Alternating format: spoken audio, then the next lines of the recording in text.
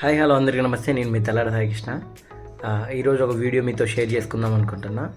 So summer వచ్చేసింది, already మార్చిలోకి enter అయ్యాము.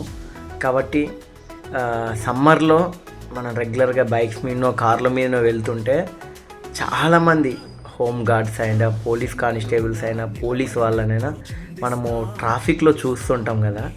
So వాళ్ళ కోసం ఈ వీడియో చేయడం జరిగింది. ఎందుకంటే ఎవరో ఎక్కడో ఏదో తెలియక లేదా తెలిసి చేసిన ఒక్క పర్సన్ చేసిన తప్పుకి చాలామంది పోలీసుల్ని మనం వాళ్ళు అట్లా వీళ్ళు ఇట్లా నానా మాట్లాడుతుంటాం. కానీ అలాంటి పోలీసు వాళ్ళే మన ఫ్యామిలీలో ఉంటే వాళ్ళు పడే కష్టం అనేది నిజంగా మనకు అర్థమవుతుంది.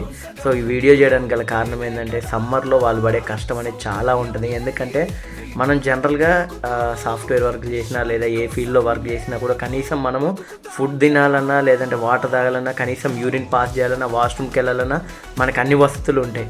కానీ రోడ్ మీద వాళ్ళు సర్వీస్ చేస్తారు, వాళ్ళకి ఎలాంటి వసతులు ఉండవు.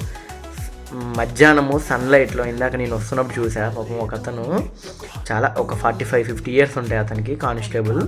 తను రోడ్డు మీద చెమట గారుతున్నా కూడా వర్క్ చేస్తున్నారు. పక్కకి వెళ్ళి వాళ్ళకు ఐరన్ షెడ్ లాంటిది ఒకటి చిన్నది ఉంటుంది, అక్కడ వాటర్ తాగుతున్నారు. సో ఇక్కడ మనం అర్థం చేసుకోవాల్సింది ఏంటంటే వాళ్ళు మన కోసం అంత సర్వీస్ చేస్తున్నారు. సో చాలామంది సోషల్ సర్వీస్ చేసే వాళ్ళైనా లేదంటే కామన్ పీపుల్ అయినా మనము ఈ సమ్మర్లో ఏదన్నా మనం ఒకవేళ మంచి పని చేయాలి అనుకుంటే చలివేంద్రాలు ఎక్కడెక్కడో పెడుతుంటాం కదా, లైక్ అలాంటి పోలీస్ వాళ్ళు ఉన్న దగ్గరలో కూడా చలివేంద్రం పెట్టండి. ఎందుకంటే అలాంటి వాళ్ళకి అందుబాటులో ఉంటుంది. నెక్స్ట్ వాళ్ళు కలిసినప్పుడు రెస్పెక్టబుల్గా మాట్లాడండి. సో వాళ్ళకి రెస్పెక్ట్ ఇవ్వండి. ఈ వీడియో ప్రతి కానిస్టేబుల్ అండ్ ప్రతి హోంగార్డ్ అండ్ ప్రతి పోలీస్ ఆఫీసర్లకి షేర్ చేయాలి. ఎందుకంటే ఖచ్చితంగా మీలాంటి వాళ్ళు ఉండడం వల్లే ఇంకా మన ప్రభుత్వం, మన పాలన, మన ప్రజలు ఇంత హ్యాపీగా సుఖశాంతులతో ఉన్నారు. సెల్యూట్ సార్ మీ అందరికీ. అండ్ పోలీస్ డిపార్ట్మెంట్లో లేడీస్ కూడా చాలామంది జాబ్ చేస్తుంటారు. నిజంగా చాలా గ్రేట్ మీకు.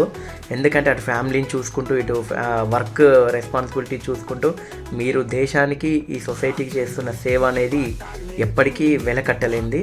Thank you so much. Jai Hind.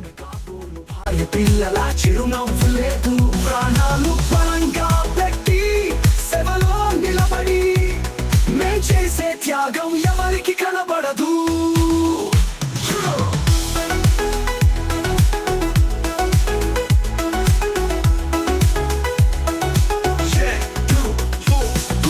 తలపై కాకి కొంగు, గుండెలో అగ్ని పతాకం, భరోసా మేమే ప్రజల కోసం ధైర్యంగా నిలిచే పాలకం.